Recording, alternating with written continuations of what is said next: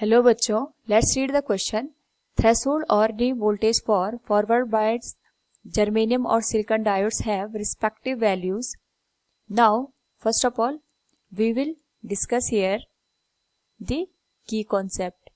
और यहाँ पे जो की कॉन्सेप्ट है that is V I characteristic for PN junction diode. Now अगर हम यहाँ पे बात करें पीएन जंक्शन की या फिर डायोड की, तो यहाँ पे जो डायोड होता है उसकी जो वर्किंग होती है वो दो तरीके से हम समझ सकते हैं। पहली जो वर्किंग है वो होगी इन अनबाइसिंग कंडीशन।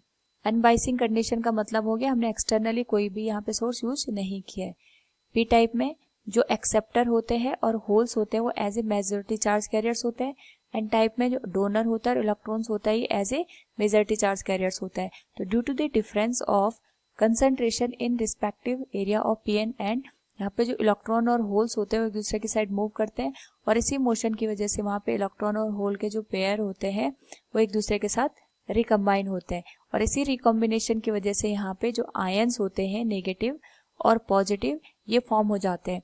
और यही जो नेगेटिव और पॉजिटिव आयंस होते हैं यहाँ पे एक इलेक्ट्रिक फील्ड का फॉर्मेशन करते हैं और यहाँ पे इस लेयर को हम कहते हैं डिप्लीशन लेयर। ये जो यहाँ पे इलेक्ट्रिक फील्ड जनरेट हुआ है due to this thickness of depletion layer, यहाँ पे एक पोटेंशियल बैरियर का फॉर्मेशन होता है। ये जो पोटेंशियल बैरियर ये फर्दर रिकॉम्बिनेशन को यहाँ पे रोक देता है, जिससे कि जो होल्स और इलेक्ट्रॉन से ये एक दूसरे की साइड यहाँ पे मूव नहीं कर पाते हैं। नाउ अगर हमें यहाँ पे इलेक्ट्रॉन और होल को मूव करवाना होता है उस पर्टिकुलर केस में हम यहाँ पे जो पीएन जंक्शन होता है उसको एक्सटर्नली एक सोर्स के साथ यहाँ पे कनेक्ट कर देते हैं।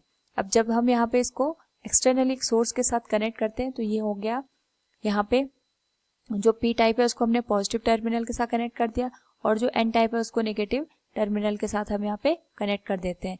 इस वजह से यहाँ पे जितने भी होल्स होते हैं वो रिपेल हो जाते हैं due to this positive terminal और इलेक्ट्रॉन ये अपनी साइड अट्रैक्ट कर देते हैं। अगर हम यहाँ पे धीरे धीरे करके पोटेंशियल की वैल्यू को बढ़ाते जाएं तो जो होल और इलेक्ट्रॉन है वो एक दूसरे की साइड यहाँ पे मोशन करने लग जाते हैं और हमें यहाँ पे करंट की वैल्यू मिल जाती है। अगर हम इसी कॉन्सेप्ट के लिए यहाँ पे एक ग्राफ ड्रॉ करते हैं और फॉरवर्ड बायसिंग, उस पर्टिकुलर केस में एक जो ग्राफ बनता है वो कुछ इस तरीके से बनता है।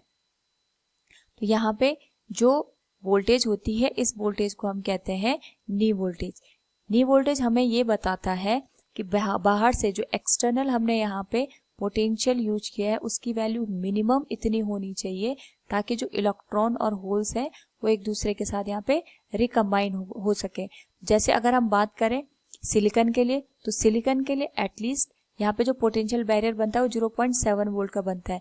तो यहाँ पे एक्सटर्नली हम अगर वोल्टेज लगाना चाहे तो 0.7 वोल्ट से ज्यादा का पोटेंशियल यूज करना पड़ेगा ताकि इलेक्ट्रॉन और होल यहाँ पे मूव करवा पाए और रिकॉम्बिनेशन हो पाए। और अगर हम यहाँ पे जो एक्सटर्नल वोल्टेज की वैल्यू है किन्हीं वोल्टेज से बढ़ा देते हैं, जो करंट होती है वो एक्सपोनेंशियली यहाँ पे इंक्रीज हो जाती है। सेम केस जर्मेनियम के लिए, जर्मेनियम के लिए ये वैल्यू होती है 0.2 वोल्ट। यानी अगर हम यहाँ पे 0.2 वोल्ट से कम एक्सटर्नल पोटेंशियल यूज करेंगे तो वहाँ पे हमारे करंट की जो वैल्यू होगी बहुत ही कम हो जाती है। तो नी वोल्टेज हमें बताता है कि पर्टिकुलर पॉइंट जिसके बाद जो करंट होती है इन ए सेमीकंडक्टर वो एक्सपोनेंशियली इंक्रीज हो जाती है। So from the given question threshold और knee voltage for forward biased germanium silicon diodes have respective values of 0.2 volt and 0.7 volt. Option A will be the correct answer. Hope all you understood this. Thank you and best of luck.